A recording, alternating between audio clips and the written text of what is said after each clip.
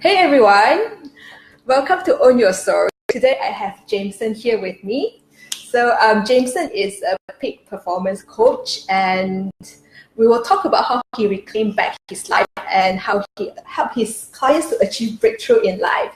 So first of all, Jameson, I'll give you 2 minutes and do your commercial, do your thing. Awesome. Yeah. So my name is Jameson Tan. I'm a peak performance or life coach. I'm also a motivational speaker, and I do youth empowerment camp for youth all around Malaysia. I'm also the host of Reclaiming Back My Life podcast, and you can find that all in iTunes, Spotify, things like that. Yeah. All right.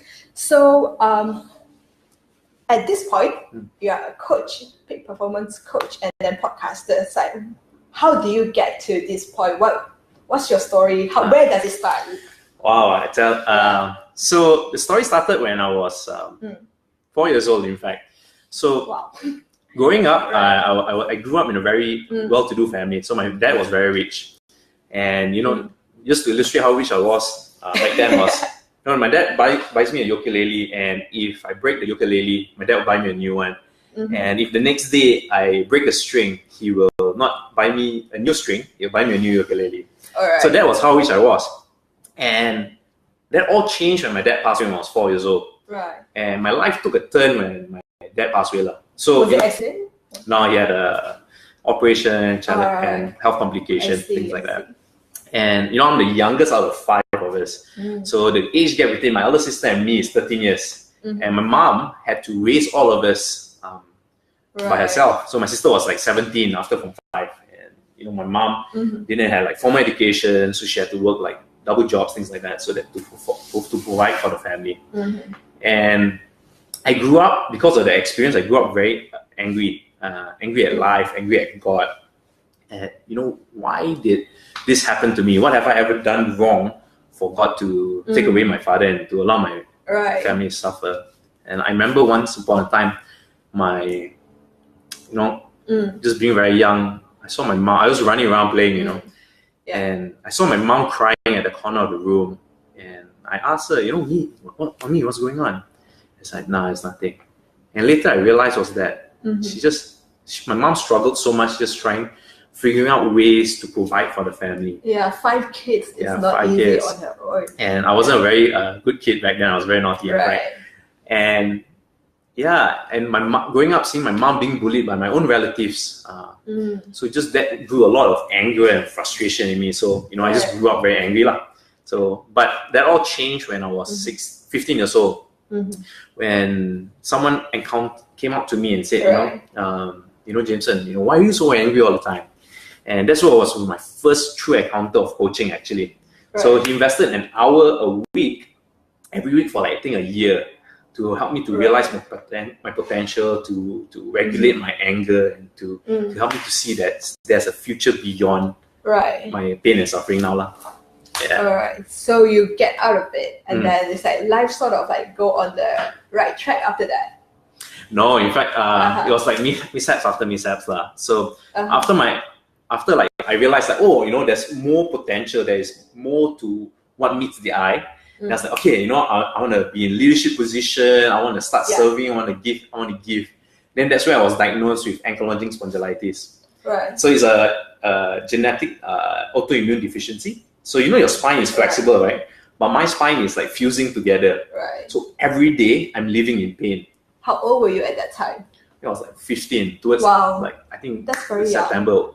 Right. And back then we didn't know My dad had it, but my mom didn't suspect. I was 15, so very young. So I was living in pain every day, and I was like the captain of the handball team back then. Yeah. So I had to train. I had to go training, coach my teammates.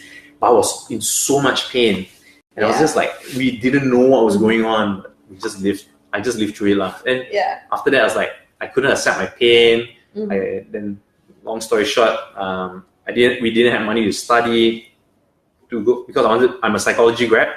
So I wanted to be Untitled Psychology, because I wanted to replicate the process of how you be coached. How I was being coached. But at 16, 17 years old, I wasn't like, how I didn't know coaching. In fact, I didn't know what psychology was. I just knew that I wanted to help people. That was my mission in life. I just wanted to help people, and I don't care how it's going to be. I just wanted to replicate that process where someone found hope and provided hope for me in my life, and I just wanted to do that for others.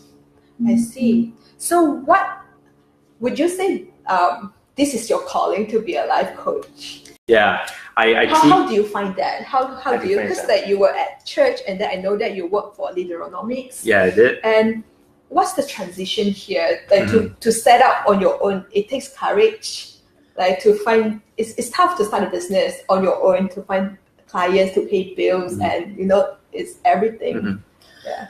So I think like what Simon Sinek says about starting with why is very crucial. And for me, it wasn't like a very conscious decision, like, okay, this is my why. For me, it was like I was so impacted by what happened in my life. I was like, I want to do this for others. So initially at 18 years old, I wanted to be a priest. So I was like, I want to help people. So how do you help people? Become a priest. So then I was like, no, the calling from God is there, but the calling from women is much stronger than God. So that's why I decided, like, okay, I want to study psychology. Yeah. But my path to studying psychology wasn't very smooth, Like I mentioned, my mom raised us up single-handedly. And, the money was all spent with my brothers and sisters. 5 of us, I was the youngest. And when I reached my turn, I was like, there's no money to study. And I was like, I was at this junction in my life where it's either I work or I do what I'm really passionate about, which is psychology. Right. And I remember my mom said, hey, you know what, Jameson, MNU, I'm from Malacca, so MNU, like, there's scholarships. Just do business. And then we don't need to take a loan, things like that. And I was like, no, I know what I really want in my life, which I want to help people, which is psychology.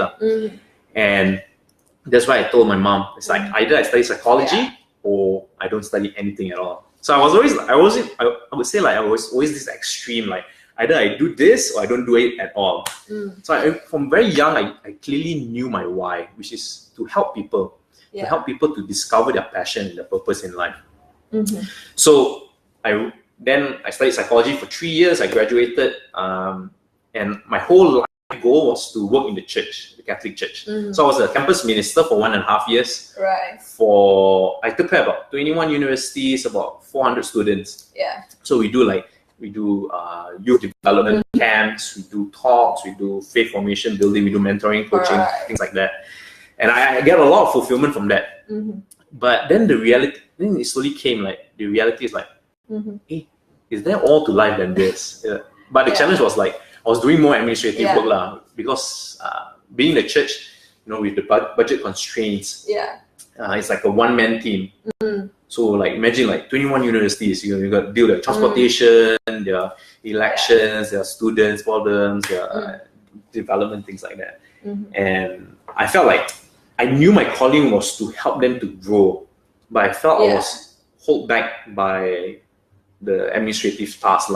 I see. I felt that. So I left.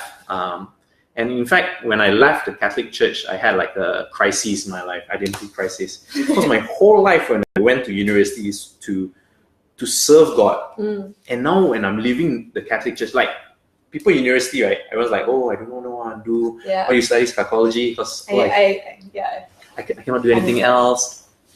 And for me, it was like, so what you want to do, Jameson? I was very clear. From foundation, I was very clear. My goal is graduate psychology, serve in the Catholic Church. Yeah. And then when I wanted to leave, my whole life turned upside down. And I was lost. I was really lost. It's really interesting because this life crisis, I had exactly the same thing. Basically, you have to change your life story, right? The story that you've been telling people for years. Yeah, the script. Yeah. I call it the script. Because I remember so clearly, like, at the time when I quit coffee industry, I realized that, I wasn't passionate about coffee. I was passionate about people. That's the thing that gave me the conviction, like, in the motivation to leave coffee industry. I was like, wow, my whole life I told people that I love coffee. Now I'm leaving. And the worst still, I was exiting from the company that I started. So, like, there was this conflict thing I had to deal with, like, to be okay with that. And then, like, to brave myself to face any criticism that might come. So yeah, I can totally understand that space. It needs a lot of courage to make that decision, and then to flip your life story, and then to tell yourself and then tell the world a new story. Yeah. So yeah, I would like to ask you, on behalf of everyone who's listening, how do we find our passion and purpose? This is like the big life question for almost all millennials. Yeah. So there's two ways I usually coach clients to find their passion and purpose. And the first one is what I call a clarity through contrast method. Yeah. So like, what do you like? What do you like? I don't know. Okay, what do you don't like? Oh, then you can tell you 1,000 things that they don't like. Say, okay, all right. So I don't like, I don't like coffee, for example. I don't like coffee, I don't like chocolate. Say, okay, don't enter the coffee or the chocolate. So we do a clarity through contrast method. This actually I got from a friend when I was just talking to them. Right. So you get clarity in your life through contrasting what you don't want in your life and what you don't like in your life. So for example, I shared earlier, we shot a podcast, Isabelle, and it will come out soon. Yeah. And I shared that I like fitness. I thought I like fitness. I like exercising. I love CrossFit. I love talking. And I love people. So it was like an amazing combination. But then I realized was that coaching people in fitness, like, oh, you got 10 more reps, 2 more sets, let's do it, let's go. It's like not really my thing. I wasn't like pumped up, Yeah. So I knew that I couldn't be. I don't want to be a personal trainer lah.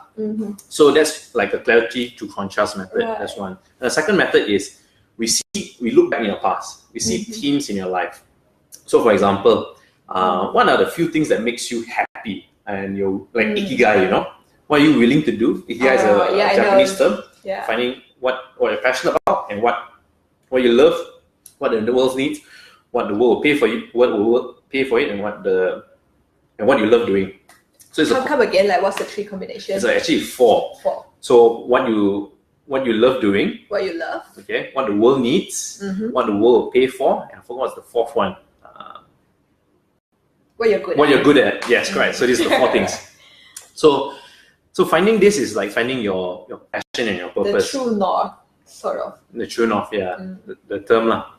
So we find themes in your life, like for example, I go through my clients, like, okay, they mention like, oh, I love makeup. Okay, right. So why not try makeup? Oh, I don't see a possible way to earn money out of it, because perhaps they're a lawyer, accountant, you're earning a lot. Yeah. So for me, what I help them do is, okay, what can we do now? What small steps can we take so that you can realize and or actually find out that if this is what your true interest is. Like for me, right, I love fitness and love exercise, but I don't like coaching them on fitness and exercise. Yeah. So for me, it's like, okay, you work 5 days a week or 6 days a week, right? What are you doing on the 7th day, free day? If you're not doing makeup, don't kid yourself that you say you're passionate about makeup and only if I had time, if I had the money. Because if you cannot find time on something that you love doing, then when you have a whole day to it, you won't do it also.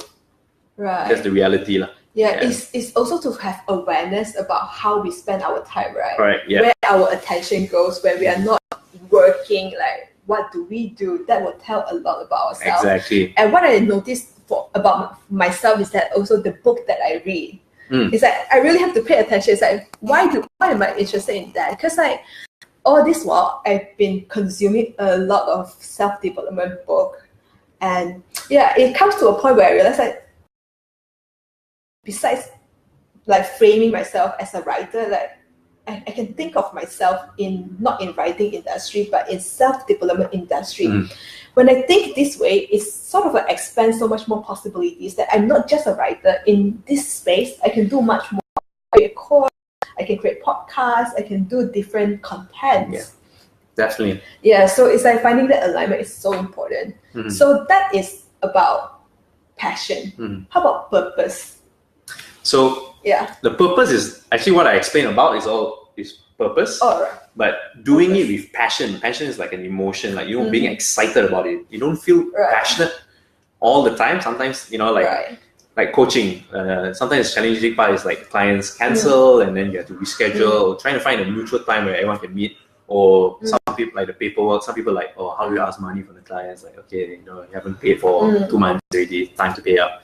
So being passionate about what you do So you have to have a definiteness of purpose, like Napoleon Hill's mentioned, and then that's where you invoke being passionate about it, and doing it every day. Yeah. So for yourself, how was starting a business like? Do you start from scratch? Like, do you already have like a client base when you start?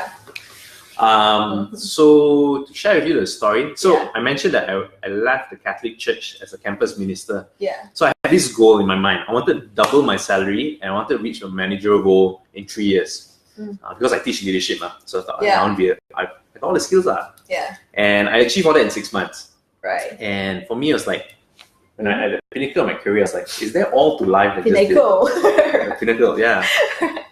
Yeah, it's like the small goal you set is already achieved. Yeah, correct. Yeah, so what's next? What's next? Yeah. And I was driving home and I was just thinking about my work and all that. And it was raining and my car started spinning out of control. And literally my life flashed through my eyes. You know, my dreams when I was 16 years old, when I say I want to help people. I remember so clearly what I wanted to do in my life, and it was so vivid.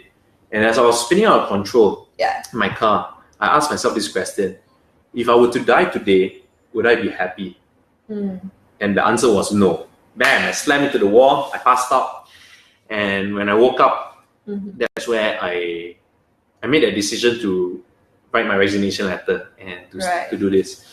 I started ground zero. So I started from scratch. No clients, no talent base, nothing. Even my ex-boss, my ex-CEO was like, are you sure? He thought I had trauma. I was like, you want to... after accident, you quit the job. Correct. Yeah. He's like, what are you going to do? I was like, I don't know what I'm going to do, but I know that I'm going to help people and I'm going to inspire them. Right. How I'm going to do that, I haven't figured out yet. How long has it been since I've been doing it for about 6 months now. My accident was in January. Months. Yeah. All right. Cool. And that's where I just ventured into the challenge, embracing it, just stumbling along the way and discovering, okay, all right, this doesn't work. Let's try this out. All right, the viewers don't. So I put out content on Facebook and Instagram. So it's like, okay, the viewers doesn't really like this. Okay, so how can I attract attention, put humor to make it fun, to make it exciting, to be authentic and real. Yeah. So that's where I came out about. It's like I started off with a perspective like, how can I get clients? How can I get clients? But I was like very frustrated. Like I went 2-3 months without any clients. Then I changed my mindset to how can I create value for people first without asking them for money. So I started a podcast where it's called Reclaiming Back My Life. Yeah.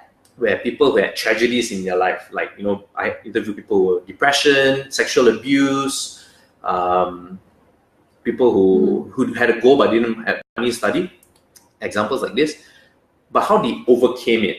So the reason why I interview these people is so that, like, for example, you say you're going through depression, for example, and you watch the video and you feel, this is a regular Joe, and if he can overcome depression, I too can overcome depression. Yeah. So that was my goal on how can I create value for people. And I put up content where I did my Father's Day video. Father's Day was 2 weeks ago. Why I hated Father's Day, and I just shared very real from my heart why I hated it and what I did to overcome that anger, that frustration. So just creating values for people, and then the clients just start coming. What's the biggest challenge in this journey of entrepreneurship? For me, the biggest challenge would be developing skills that I didn't have. Video editing, it's like, I gotta learn. Like literally, I gotta YouTube be like, okay, how do I video edit? So you gotta learn that skill set. Yeah, I totally agree with that. It's like when we start on anything that we're really passionate about, actually we shouldn't and we need not to be limited by what we know. It's like the why is so much more important what we want to achieve. Because for myself, when I started writing, I actually built my own website from scratch. Yeah, I did that. It was so painful. And then how to buy domain, like what is the domain, what is the host, and then what is WordPress, how to use WordPress, how to install WordPress. So I learned so much along the way. It's like, it's a very fulfilling journey. It's knowing that, like, wow, I can do. It's the story we tell ourselves now. It's like, wow, if I set my mind, I can do anything I want. It's like really, there shouldn't be anything that limit you. It's like what you want to do. Right. Yeah. So as a coach, you also help people to achieve breakthroughs, like to going to the next level, to have more awareness in their thoughts, behavior, emotion, environment. So can you share with us like how does change happen? Because like there are a lot of people, I wouldn't say a lot, but there are some people I know who are not really happy with what they're doing in life. Maybe they have an okay life, a good life, but not a great life. And they're so comfortable that they know something is not good. Going on well? But they are so afraid to jump out of it. So how can we create change? So the reason why people don't change or are afraid of change is because they cannot see the future, what is beyond what they're experiencing now. So the first process I will go through with the client is that envision what a great future for you would be like. Where just say for example, like money wasn't a matter, you wouldn't hold back by your obstacles or challenges. What would your ideal life be like? So I get them to write it down very clearly, and then I help them to envision and visualize that life. What are the emotions do you get out of it? Like a scale of 1 to 10. It's like, okay, I want to be a football player. Okay, then ask them envision it. So we run through a process called visualization. And if they say, so how do you feel? Really like imagine like at the World Cup playing with Ronaldo, and it's like, I feel like a 5. Then clearly that's not your purpose in life. So I help them identify what's their purpose and helping them visualize that future. So helping them to believe that that future is possible. So once we establish that, then the steps are very easy. Then we take small incremental steps to make changes. I see. Yeah. All right. Is there like any way to manage our environment to increase performance, like to be more aware? Okay.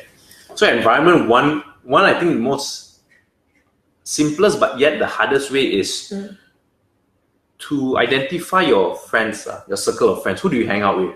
And it's like, there's so many analogies where it's like birds of feather flock together. So if, just say for example, you hang out with, and research has showed this, like if you hang out with a group of smokers, right? You will smoke without a doubt, because peer pressure, because everyone's doing it and your will is weak. So one of the ways to change your life is also to change your environment is to hang out with achievers. Just say for example, like I want to speak on stage, on stadiums, thousands of people. That's what I want to do.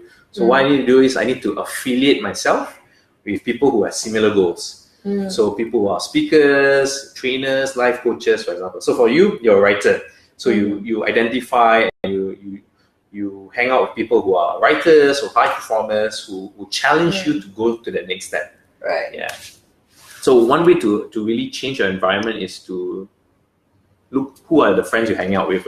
All right. And then the last time we met, you mentioned to me like there's a morning routine that you teach your clients. That helps your client in depression to take action. Can you share with us? Because I find that is very, very helpful.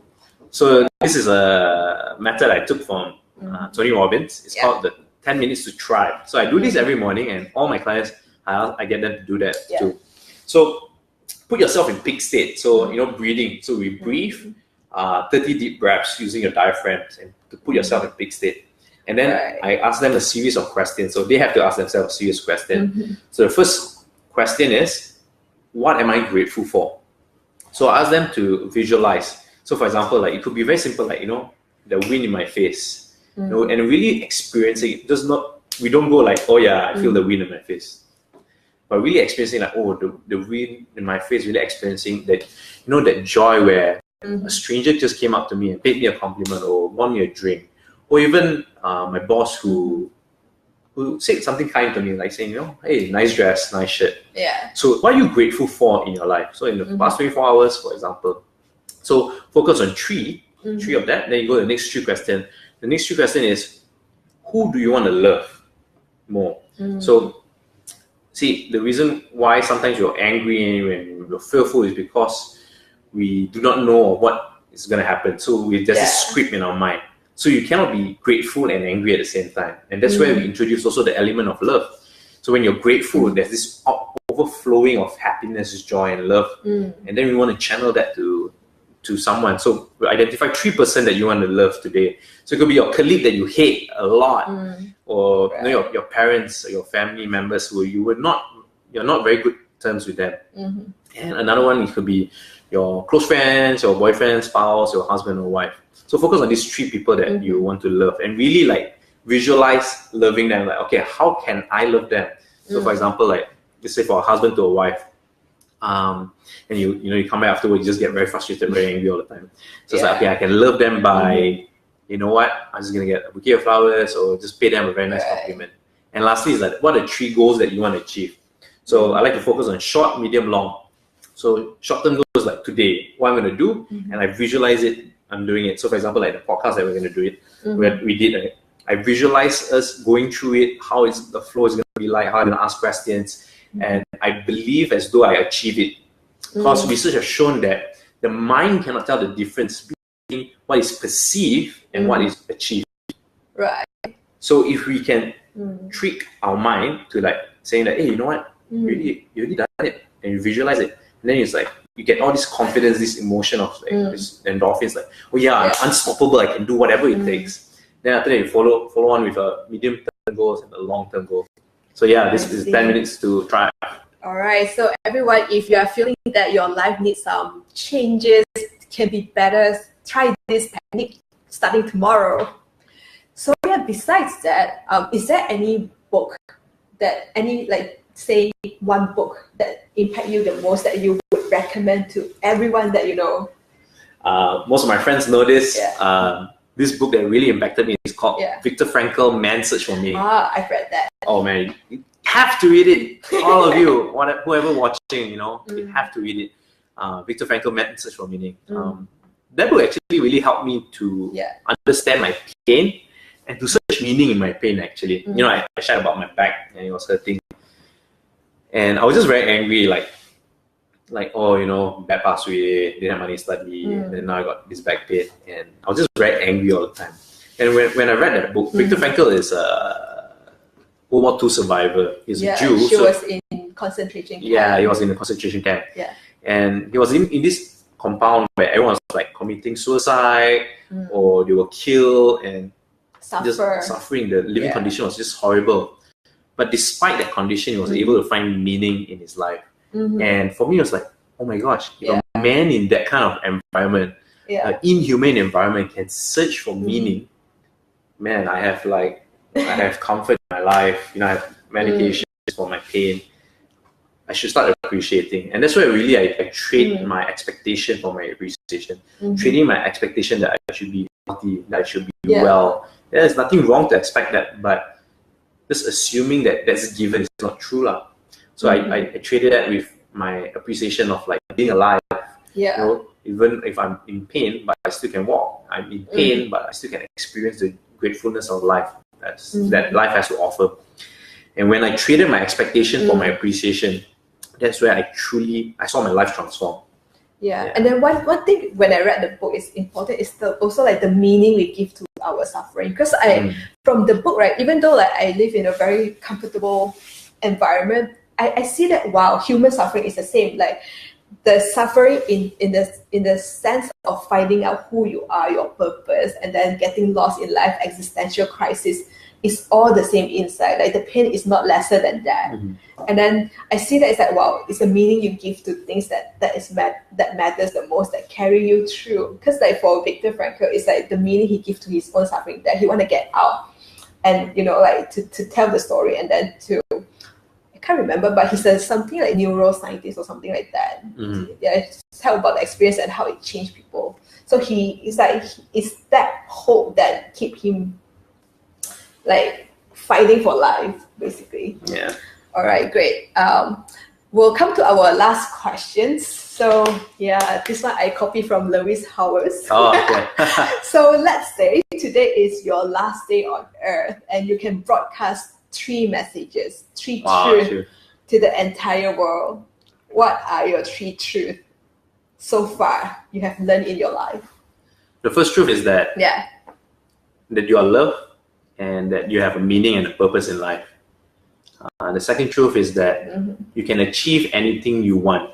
I think Paulo Coelho, the writer of Alchemist. All right, Paulo Coelho. Sorry, I just butchered his name. Yeah, it's a great book. Yeah. And he says that when you want something so bad in life, the whole universe will do whatever it takes. Conspire. Yes, that's the to word. Make it happen for you. To give it to you. You can achieve. And the third truth is that